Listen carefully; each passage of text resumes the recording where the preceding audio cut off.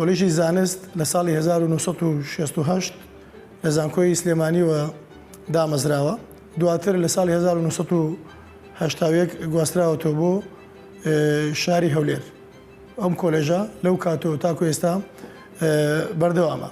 کۆلیژی زانست لە 7 بەشی سەرەکی پێک دێتن کە بەشەکانیش بریتین لە بەشی بایۆلۆژی کە ئەویش ئێستا کە دوو لقی تێدایە.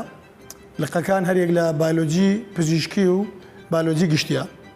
هەروەها بەشی کیمیامان هەیە و بەشی کۆمپیوتەریشمان هەیە کە بەشی کۆمپیوتەریش لە دوو لق پێک دێتن. زانستەکانی کۆمپیوتەر و ئایتی لە خۆی دەگریتن. و بەشی فیزیاشمان هەیە لە کۆلێژ زانست. بەشی فیزیاش لە دوو لق پێک دێتن. لقێکیان فیزیای پزیشکیە، لقێکیان فیزیای گشتیە. و بەشی ماتماتیکیش بە هەمان شێوە هەیە لە کۆلێژی زانست. لەگەڵ بەشەکانی